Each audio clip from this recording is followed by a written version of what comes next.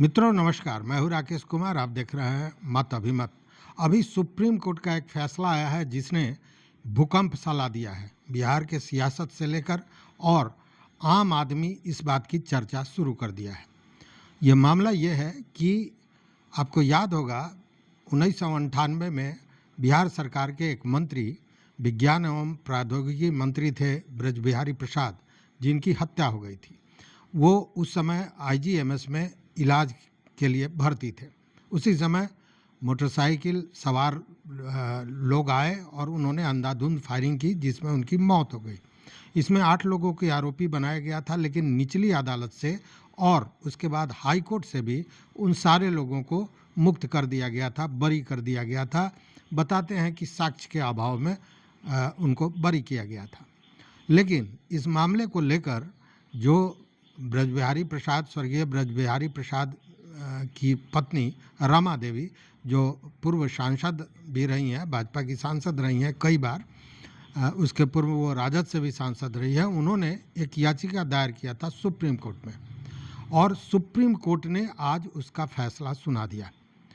Supreme court ने जो फैसला सुनाया उसमें 5 लोग, सूरजभान सिंह सहित 5 लोगों को तो बरी कर दिया गया है, लेकिन मुन्ना शुक्ला सहित 2 व्यक्तियों को आजीवन कारावास की सज़ा सुनाई गई है।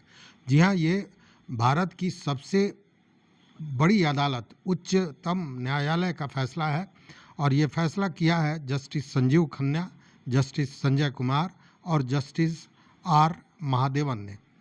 आपको याद होगा जब ये मामला चल रहा था तो इसकी सुनवाई चल रही थी और 21-22 जुलाई को इसकी सुनवाई पूरी हुई थी और उसके बाद कोर्ट ने फैसले को रिजर्व रख लिया था। आज वो फैसला आ गया है और इस फैसले के बाद सियासत बहुत तेज हो गई है। चारों तरफ इसी की चर्चा चल रही है। चूँकि मुन्ना शुक्ला, आपको याद होगा, इस बार भी वैशाली से खड़े थे और कुछ वोटों से उनकी हार हुई थी। इसके पूर्व में विधायक रह चुके हैं।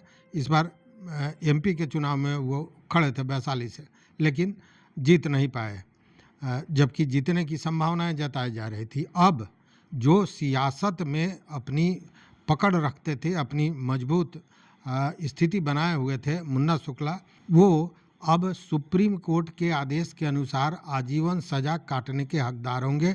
उनके साथ एक और व्यक्ति को आजीवन कारावास दिया गया है। बाकी सूरजभान सिंह और राजन तिवारी सहित अन्य 5 लोग जो हैं, उन लोगों को बाइज्जत बरी कर दिया गया है। ये मामला आपको याद होगा 1998 का है, जब 1998 में जो मंत्री महोदय थे ब्रजबिहारी प्रसाद, वो आईजीएमएस में इलाज के दौरान भर्ती थे और उसी दौरान उनकी हत्या हुई थी।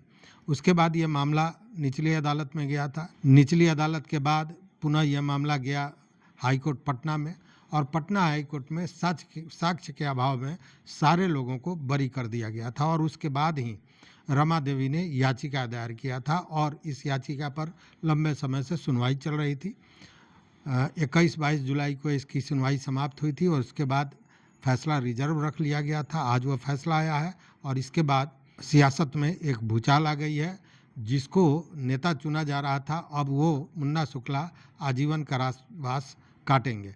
इसके लिए जो कोर्ट है, बजाप्ता कोर्ट ने कहा है कि 15 दिनों के अंदर में इन लोगों को सरेंडर कर देना चाहिए। अब देखिए आगे क्या होता है।